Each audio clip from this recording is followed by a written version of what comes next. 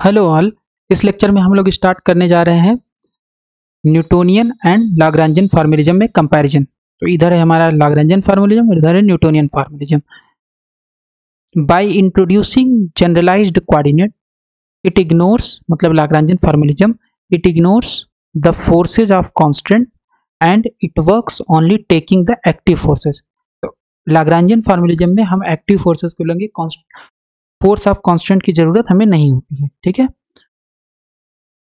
Newtonian formulism में क्या होगा, it works by taking both active and internal forces. तो इसमें जो आपका फोर्स ऑफ कांस्टेंट होगा उसको भी लिया जाएगा, दैट इज इंटरनल फोर्स, और एक्टिव फोर्स भी लिया जाएगा। दूसरा point, Lagrangian formalism deals with scalar function. Scalar function, और स्केलर फंक्शन क्या होता है, लाग्रांजियन। ठीक है। तो लाग्रांजियन फॉर्मूलिज्म हम लोग क्या करते हैं, L is equal to T minus V, जहां पे काइनेटिक एनर्जी है T और V क्या है, पोटेंशियल एनर्जी है। लेकिन जब हम बात करते हैं न्यूटोनियन फॉर्मूलिज्म में, तो न्यूटोनियन फॉर्मूलिज्म डील्स विद वेक्टर्स।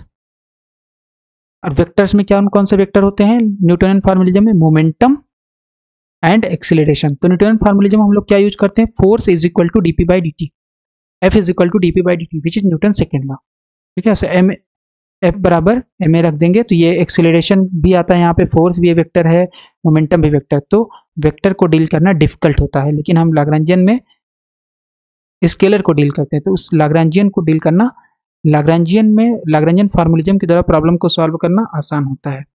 ठीक है।